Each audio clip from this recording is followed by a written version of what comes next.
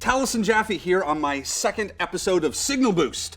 Recap for new watchers, Signal Boost is our show where rotating hosts share the things they love. Show and tell is fun! Woo! But before we launch into the cool stuff, I just want to point out that this antenna of destiny thing has yet to screw up on me. And I'm going to preempt the setup for a joke where the antenna screws up now that I've said it hasn't screwed up by going meta and pointing out that there's a setup for a joke about the antenna screwing up now that I've said that it hasn't screwed up by going meta and pointing out that there's a setup for a joke about the antenna screwing up now that I've said that it hasn't screwed up. I'm sorry, going meta and pointing out that there's a setup for a joke about the antenna screwing up now that I said it hasn't screwed up.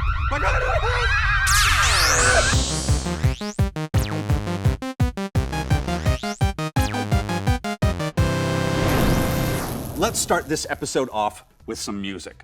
You probably know Edward Gorey, the artist/writer.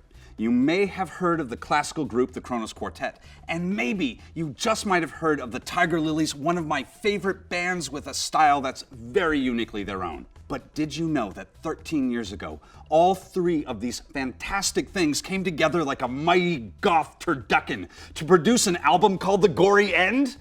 This is everything you want in a collaborative project. Edward Gorey's nursery rhymes of murder, despair, and tragedy, sung in a violently falsetto voice backed by the thick background of haunting violin and cello.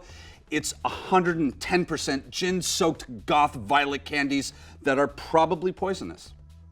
You can find the album everywhere one finds music these days, and hey, both bands and Mr. Gorey have a giant back catalog of spooky. Give it a listen and be prepared to be haunted. And now, because of an incident we had during an unaired episode of Super Fun Awesome Party Game Time that featured this album and a Ouija board, legal has asked me to read this ridiculous crap. Die in a fire, Greg. We here at Geek and Sundry do not endorse the use of necromancy, disturbing the spirits of the dead for entertainment, and we hold firm to the idea of it was fine. No one was hurt. The dead didn't rise or possess anyone. So, here's some television that's going to enrich your life. QI is a kind of sort of British game show with amorphous, never particularly mentioned rules that don't really matter. What does matter is that Stephen Fry and his sidekick/whipping boy Alan Davis play host to three more random, clever persons of note as they try to answer complex trivia questions, but mostly just go broadly off topic telling stories or exchanging odd science facts, quotations, jokes. The show boils down to having lunch with the smartest, funniest people you could ever hope for. Each episode has a vague subject, and each season covers a letter of the alphabet. They've already made it to season M without you noticing, so that's over 180 episodes. Check out some of the clips on YouTube and you'll see exactly what I'm talking about. This show is infectious and incredibly entertaining. Go watch it and learn all the things about everything. Yes, this is a real British accent. No, I just want to be on the show. Shut up. All right, hear me out on this one.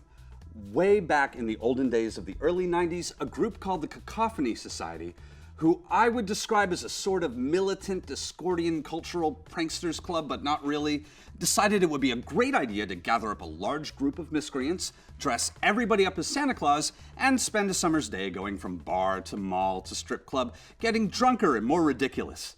It turns out that this is an awesome idea, and has turned into an international pub crawl/mayhem engine whose jolly torrent of inebriated Kris Kringles can be found in over 50 countries and 300 cities across the world.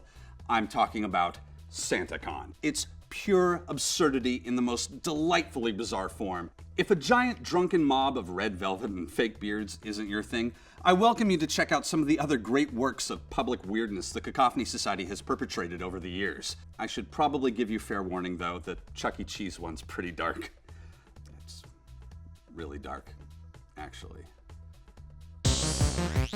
Another episode of Signal Boost in the can. I don't even know how we got through this one.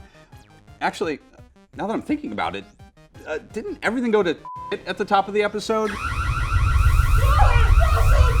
I'm the Alpha and the Omega. All will end before me.